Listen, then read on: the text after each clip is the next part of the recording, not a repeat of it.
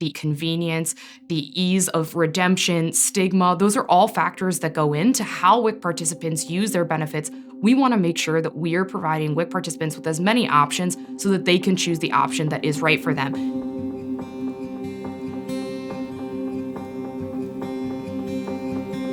Retail partners are huge for WIC and necessary from the national to the state to the local level. Retail partners are really important because we need retail environments to be really welcoming to WIC participants and really easy to navigate.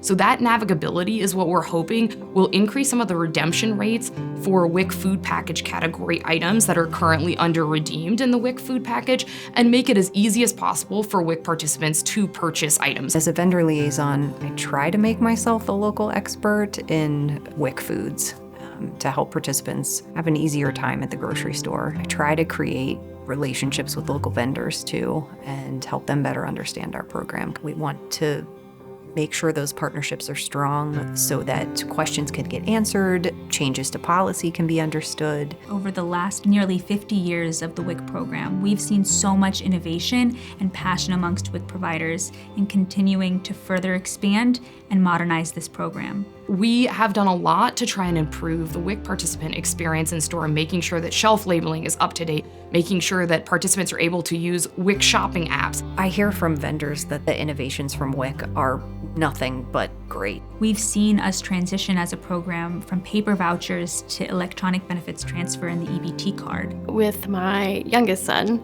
we were transitioning to eWIC. So I started out with checks and then we went to eWIC the week after he was born. They put your WIC through, you scan your card, and you put in your PIN and off you could go. It made shopping easier. You didn't have to stand and worry about something was gonna get messed up because if it was a non-WIC item that you accidentally picked up, it got kicked out. As long as the cashier knows it's a card payment, that's all they need to know. It can be a pretty seamless interaction at the register. As a mom, that is going to greatly improve your day, that's for sure. We've had a transition and implementation of mobile applications to enhance the shopping experience. Oh my gosh, I love the WIC app. It's so beneficial for everyone. We have a scan feature in the app. It reads barcodes and it tells you if something is WIC approved or not WIC approved. And so we have products in our office that we can kind of show them the different messages that come up in the app. The app is amazing. It shows you the food list in the palm of your hand, your shopping list, and not only does it do that, but it breaks each individual part of the food list up. So you just click on your cheese button, it pops up with how much cheese you have to buy and then what types of cheese you can buy, and it's right there. You're not fumbling through a book. You have a barcode scanner.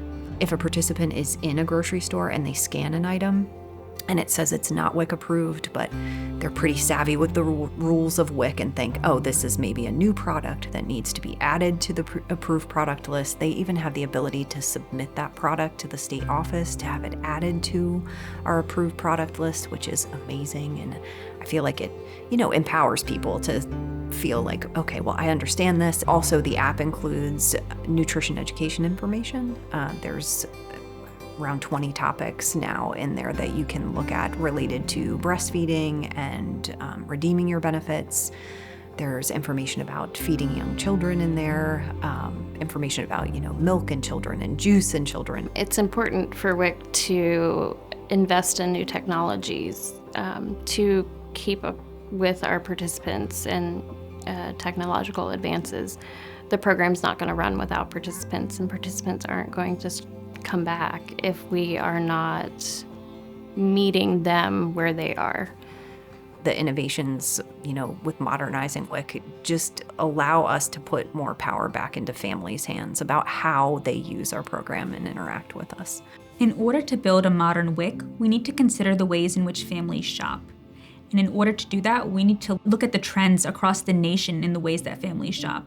This is why it is so necessary that we have those retail partners at the table with us as we consider a forward-looking WIC. Feeding your family is something that has to come first. It's essential for people to eat and hopefully for them to eat nutritious foods and eat well. Moving to the eWIC card, introducing an app, having remote certifications, all of those things can only help meet families in their own spaces. In the future, most of our participants would like to see other ways to do their shopping, like curbside pickup or online shopping. And I think that's the next step for WIC in terms of technology and innovating the way we meet our families. Online shopping can really help WIC participants overcome some of the barriers in the in-person retail environment. Those kind of barriers are like stigma when using WIC benefits in person, difficulty identifying WIC-eligible items in store, and the online environment can really facilitate that. The National WIC Association partnered with researchers at the Nutrition Policy Institute to conduct a survey of over 26,000 WIC participants in 12 different state agencies around the country and found a huge amount of interest. About 65% of participants were interested in online ordering that they could pick up curbside, and another third were interested in delivery options if there was a fee associated. So we know that interest is there. It's definitely a way, particularly for a mom, to save some time, during the day. We fit into their schedule instead of them having to make time for us.